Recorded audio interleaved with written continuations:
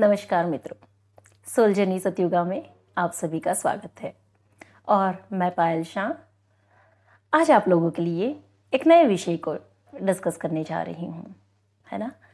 कई बार आप लोगों से बात करना भी बहुत अच्छा लगता है और आप लोगों के मैसेज या क्वेश्चंस जो आते हैं तो हमेशा लगता है कि समय निकाल कर आपको आंसर दिया जाए।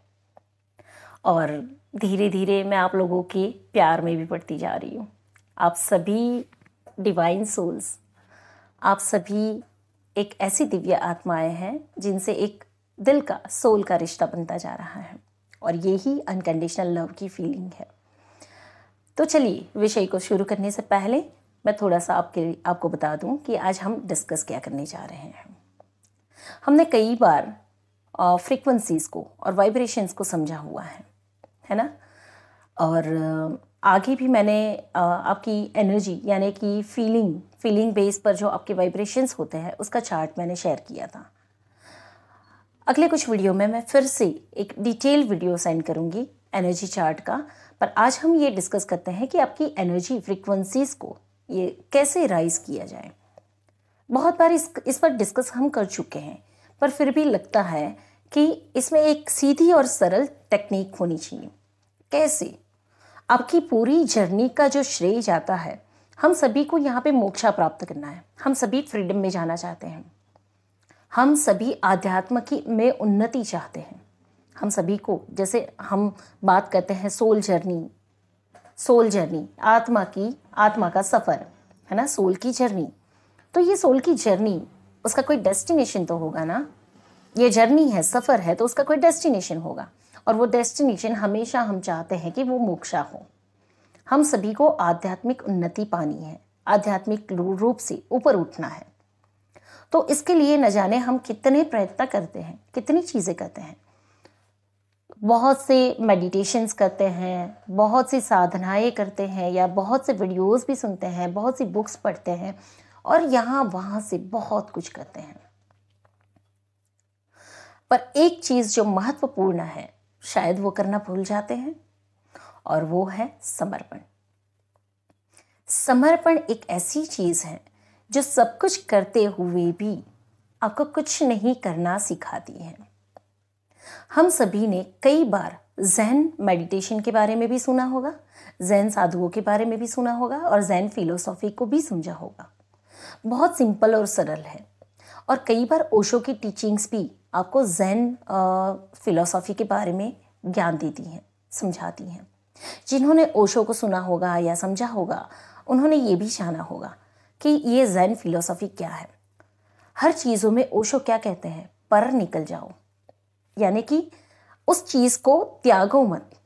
जिस चीज़ की आपको डिज़ायर होती है उस चीज़ को त्यागो मत, पर उसे इतना ग्रहण करो कि आप उसके पर निकल जाओ, यानी कि उसके दूसरे हिस्से में, दूसरी साइड। जैसे आपको पाव भाजी बहुत पसंद है, या फिर कोई और ऐसी चीज़, रसगुल्ला, हम स्वीट की बात कर लें, आपको रसगुल्ला बहुत पसंद है या फिर पाव भाजी बहुत पसंद है। तो सोचिएगा, ये पाव भाजी खाते खाते आपको बहुत पसंद है। आप हर बार अपने आप को टोकते हैं कि सात्विक खाना खाना है, मेडिटेशन करना है, ये मसाले नहीं खाने हैं, और जितना सात्विक खाएंगे उतने विकार और विचार कम आएंगे। आप अपने आप को टोकते हैं, रोकते हैं और उससे, उस डिज़ायर से या उस इच्छा से दूर रखते हैं। और जितना आप अपने आप को टोकते हैं, रोकते हैं, वो इच्छा इतनी ज़्यादा प्रबल होती जाती है। ओशो कहते हैं कि आप अपनी डिज़ायर, अपनी इच्छाओं से पर निकल जाओ। यानी कि अगर इसका प्रयोग करना हो तो आप कैसे करेंगे? अपने आप को पाव भाजी खाने से या रसगुल्ला खाने से रोकने की वजह, हर रोज़ एक रसगुल्ला खाना शुरू करो या हर रोज़ पाव भाजी बनाकर खानी शुरू करो। 2 दिन, 4 दिन, 5 दिन बहुत पसंद है आपको, पर रोज़ खाएंगे आप। 5वें दिन आप कहेंगे नहीं नहीं, आज पाव भाजी नहीं, आज कुछ और बनाओ। लगातार पाव भाजी खाकर मैं थक गया हूँ, अब मुझे कुछ और खाना है। ये नहीं, मतलब अब पाव भाजी ना खाने के लिए आपको कोई प्रयत्न नहीं करना है, आप इससे पर निकल जाते हैं। ये हो गई ओशो की फिलॉसफी। और ज़ेन फिलॉसफी क्या कहती है? इसी विषय को हम समझते हैं ज़ेन फिलोसॉफी क्या कहती है। ज़ेन फिलोसॉफी ये कहती है कि आपको जो पाव भाजी खाने की डिज़ायर हो रही है या रसगुल्ला खाने की जो डिज़ायर हो रही है, बस उसे ध्यान से देखते रहो, उसे लड़ो मत, उसे भगाओ मत, बस उसे देखते रहो, उसे देखते रहो, इतनी गहराई से देखते रहो, उसे जानते रहो, उसके साथ जुड़े हुए विचारों को, उसके साथ जुड़ी हुई फीलिंग्स को, बस उसे देखते रहो, मन ही मन उसे खाते रहो, मन ही मन उसे समझते रहो, और आप पाएंगे कुछ ही देर में बिना पाव भाजी खाई या बिना रसगुल्ला खाए आपने संतुष्टि पा ली और उसके साथ जुड़े हुए आपके डिजायर्स के जो थॉट्स हैं उससे भी मुक्ति पा ली। बस इतनी सी सरल चीज़ है। तो इसी प्रकार से आप अपनी वासना या विकार के साथ भी लड़ सकते हैं। कई मैसेजेस आते हैं, कई बात होती हैं कि जैसे हम मंदिर में भी जाते हैं, देवी देवताओं को देखते हैं तो वहाँ पे भी वासना और विकार महसूस होते हैं। उनकी मूर्ति या उनके चित्र को देखकर भी कई बार वासना विकार फील होते हैं। और इससे कैसे मुक्त हुआ जाए? मैं कहती हूँ इससे मुक्त होने की ज़रूरत नहीं है। उस वासना और विकार को बस देखते रहो, ध्यान से देखते रहो, किस प्रकार से वो उठ रहे हैं, किस प्रकार से वो अपने अंदर तांडव कर रहे हैं। बस उसे ध्यान से देखते रहो और आप देखेंगे कुछ ही समय में वो मुक्त हो जाते हैं, यानी समापन हो जाता है उनका, और आप अपने आप को फ्री पाएंगे। संघर्ष एक बहुत बड़ा युद्ध है। संघर्ष करते हैं तो युद्ध चलता है। आप तलवार उठाएंगे, वो तलवार उठाएंगे, आपकी इच्छाएं आकांक्षाएं आपस में लड़ेगी और वो युद्ध चलता रहेगा, बेचैन कर देगा आपको। अब आपकी फ्रीक्वेंसी कहाँ जाती है? लोअर से लोअर होती जाती है, नाकामयाबी महसूस कराती है। कितना भी कर लूँ पर मुझे इससे मुक्ति नहीं मिल रही है। संघर्ष है यहाँ पे। और संघर्ष की जगह अगर आपने समर्पण कर दिया तो, समर्पण यानी कैसे? अच्छा, मेरे अंदर वासना और विकार आ रहे हैं पर ये तो मैं नहीं हूँ, मेरे ये चित्त में पड़े संस्कार हो सकते हैं, चलो उसे ऊपर उठने दो, चलो उसे मैं देखता रहूं, लेट मी सी ये वासना और विकार कितना तांडव मचाते हैं, इनकी ताकत कितनी है, मुझे देखने दो। और जैसे जैसे मैं उसे देखती जाती हूँ वो तांडव मचाते रहते हैं, देखती जाती हूँ, तांडव मचाते रहते हैं, अंत में वो हारना शुरू कर देते हैं और जीत मेरी हो जाती है। तो जैसे मैंने समर्पण किया कि मुझे युद्ध नहीं लड़ना है, मुझे फाइट नहीं करनी है, मुझे अपना रिएक्शन नहीं देना है, मुझे सिर्फ विटनेस करना है, मुझे सिर्फ ऑब्जर्व करना है, मुझे सिर्फ उसे देखना है, उस तांडव को महसूस करना है, देखना है, ऑब्जर्व करते रहना है। कितना जोर है इनमें, कितना तांडव मचाते हैं। और देखेंगे कुछ ही समय में उससे फ्रीडम मिल जाती है। और जैसे कि फ्रीडम मिलती है आपको लगता है ओ एक बड़ा युद्ध जीत कर आ गए, बिना लड़े ही आपने युद्ध जीत लिया। श्री कृष्ण भगवान की एक जो कथा हम सुनते हैं जहाँ पे श्री कृष्ण भगवान को रणछोड़ कहा जाता है, रण छोड़कर भाग गए थे, है ना। इसको अगर जीवन में आप अपने इस स्तर पर या इस चीज़ के लिए अगर इसको समझेंगे तो हर युद्ध को लड़ना ज़रूरी नहीं है। हर चीज़ों का आपको जैसे कहते हैं कि जो हम ढूंढते हैं ना, रीजंस ढूंढते हैं हर परिस्थिति की या हर चीज़ों के रीज़न ढूंढते हैं। ये कहाँ से आ रहा है, ये क्यों आ रहा है, ऐसे विचार क्यों आ रहे हैं, क्यों मेरे साथ ऐसा हो रहा है। हर चीज़ों के रीज़न ढूंढने भी ज़रूरी नहीं है और हर युद्ध लड़ना भी ज़रूरी नहीं है। कई बार लगे कि ये युद्ध लड़ने में अगर फ़ायदा नहीं है तो रण छोड़ के भागना है। रण छोड़ के भागना है, कहाँ भागना है? एक ऐसी जगह पर जहाँ पर आप अपनी शक्तियों का परिचय दे पाए।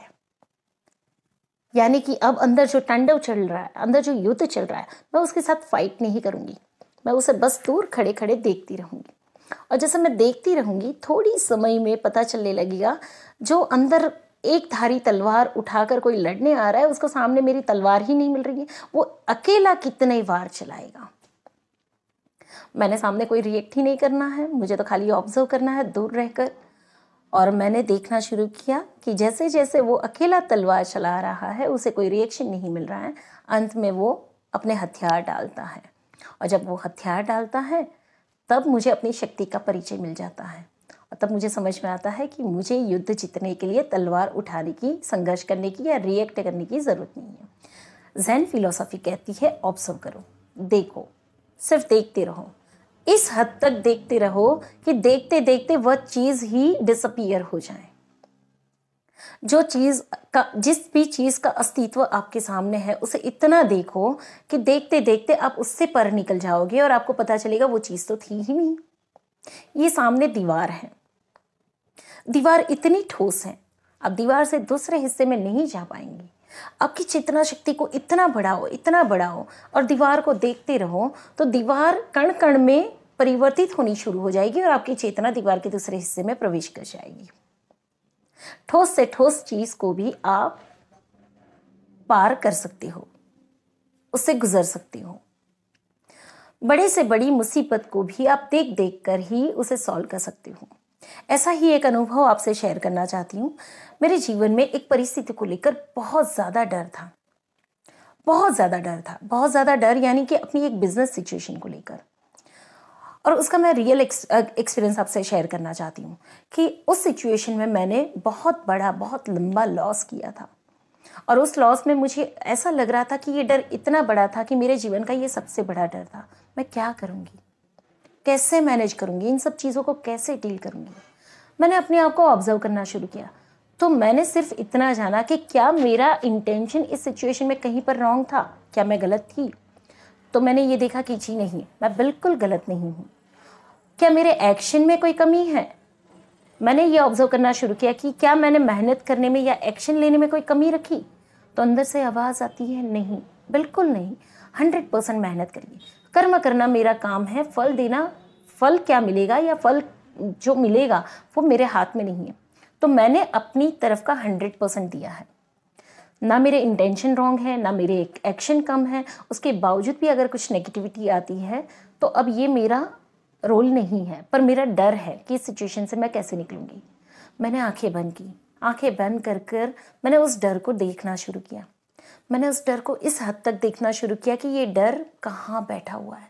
मेरे हार्ट में इतने डीपर लेवल पर डर बैठा हुआ था। ये डर था लोगों के जजमेंट का कि और कितनी बार फेल होगी तुम। हर एक फेल्यूर पे सबसे यही सुना था कि तुम्हारे कोई डिसीजन काम के नहीं है, तुम किसी काम के नहीं हो, हर बार तुम एक नया झमेला लेकर आते हो। तो वो डर इतना बड़ा था कि इसमें खुद को प्रूव करना मुश्किल लग रहा था। मैंने उस डर को देखना शुरू किया। मैंने कहा कि ये डर इतना गहराई में बैठा हुआ और इतना बड़ा डर है, इतना मेजर है कि इस परिस्थिति को मैं डील कैसे करूँगी और मैं कैसे अपने आप को इनोसेंट प्रूव करूँगी जहाँ पे मैं बिल्कुल गिल्टी नहीं हूँ। मैंने समर्पण कर दिया। मैंने कहा यूनिवर्स, मेरे एक्शन में कोई कमी नहीं है और मेरे इंटेंशन भी कभी गलत नहीं है और मैंने कोई गलत काम भी नहीं किया है। यहाँ पे मैं आपको समर्पित करती हूँ। और मैंने अपने उस डर को ऑब्जर्व करना शुरू किया। 10 मिनट, 20 मिनट, 25 मिनट मैं सिर्फ डर को देखती रही। मेरे हार्ट में बैठा हुआ एक डामर के जैसे एक काला सा टायर जैसा होता है, वैसा ब्लैक कलर का वो डर वजनदार अंदर बैठा हुआ था। मैं उसको देखती जा रही हूँ। कब तक तू मुझे सताएगा, कब तक मैं डरती रहूँगी तुझसे। मैं देखती रही। देखते देखते देखते देखते अचानक से वो छोटे छोटे कण में स्प्रेड होने लगा। उसका फॉर्म ठोस था, उसमें से अब वो वायु जैसे फॉर्म में होने लगा। और जैसे ही वो बिखरना शुरू हुआ, मैं सीधी उसके पार निकली। और जैसे ही मैं पार निकली तो मैंने पिंक कलर की एनर्जी को देखा और वो थी लव की एनर्जी। इंस्टेंटली मुझे फील हुआ, oh that's unconditional love, love for my self. बस इतना सा ही था और इंस्टेंटली मैसेज आया, जहां प्यार नहीं है वहां डर है और जहां पे डर है वहां प्यार रह नहीं सकता है। जहां पे लव है वहां डर नहीं रह सकता है। जहां पे डर बैठा हुआ है वहां पे लव नहीं रह सकता है। इतना डर बैठा हुआ था, इतना मोटा ब्लैक टायर जैसा, वो बिखरना शुरू हुआ। और जैसे ही वो बिखरा, एक मौका मिल गया कि उस डर से उस पार निकलूं। जैसे ही कॉन्शियसनेस मेरी उस पार गई, पिंक कलर की एनर्जी फ्लोट कर रही थी और इंस्टेंटली एक थॉट आया, unconditional love for myself. Oh, और जैसे ही अनकंडीशनल लव मैंने अपने लिए फील किया, डर मेरे अंदर से गायब हो गया। उस दिन से आज तक ना उस परिस्थिति ने मुझे कभी डराया, ना मैं कभी डरी, ना ऐसी इसके बाद हजारों परिस्थितियां मैंने डील कर ली होगी शायद। लाइफ के हर एक बैरियर्स मैंने तोड़ी, हर एक चीज़ों को मैंने डील किया, बस एक ही तरीके से उसको ध्यान से देखते रहूं। उसको ध्यान से देखते रहो, बस देखो, कुछ मत करो। और जैसे जैसे आप देखते जाओगे उसकी जो ठोस पकड़ है वो ढीली होती जाएगी, और जैसे ढीली होती जाएगी आपको मौका मिल जाएगा आप उसके पर निकलो।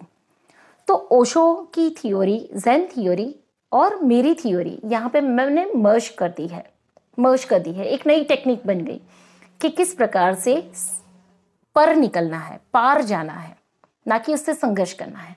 किस प्रकार से उसे देखते रहना है, ऑब्जर्व करना है, कोई रिएक्ट नहीं करना है।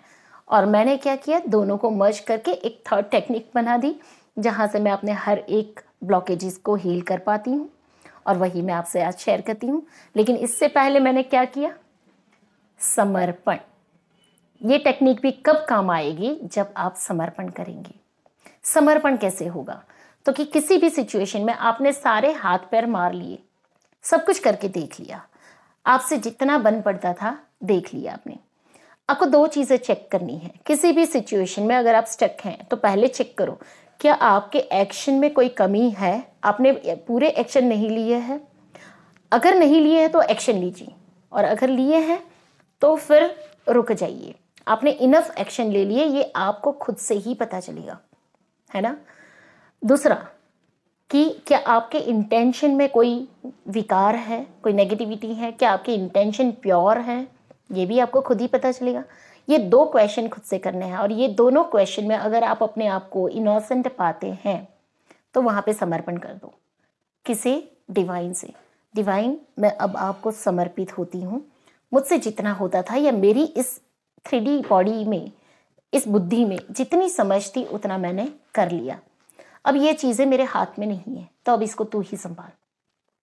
समर्पण करने के बाद उस आपके अंदर जो इमोशंस हैं, जो फियर है या नेगेटिविटी है, उसे बस ऑब्जर्व करो, ऑब्जर्व करते जाओ। उसे संघर्ष बिल्कुल नहीं करना है, लड़ाई बिल्कुल नहीं करनी है, बस उसे एज इट इज देखते जाओ और उसके पर निकलो। मौका मिलेगा पर जाने की भी, जैसे मुझे, मैं देखती जाऊंगी और कुछ ही समय में लगेगा कब होगा कब होगा कब होगा, और मैं कूद के उस पार निकल जाऊं, ऐसे नहीं होता है। पेशेंस, समर्पण कर दिया है, पेशेंस रखनी है। आपने समर्पण कर दिया है तो अब ये ईश्वर का काम है, यूनिवर्स का काम है। आपका ये ब्लॉक या ये नेगेटिविटी आप में से कैसे निकालनी, वो अब उसका लुकआउट है, नॉट योर लुकआउट। बस आपको तो उसे ऑब्जर्व करते जाना है, देखते जाना है, और आप देखेंगे इसमें से आप कैसे पर निकलेंगे। बस आज की वीडियो में इतना ही। ऐसे ही कुछ अनुभव अगले वीडियो में भी मैं आपसे शेयर करती जाऊंगी। और मुझे बड़ी खुशी होती है जब मैंने किसी पद्धति से या किसी चीज़ से अपनी लाइफ के कुछ इश्यूज़ हील किए होते हैं, और जब मैं आपसे शेयर करती हूँ और उसी तरीके से आपकी लाइफ भी हील होती है, तो I feel better, I feel happy, मुझे अच्छा लगता है ना। और बदले में बस आपका ढेर सारा प्यार। सो नमस्कार, धन्यवाद।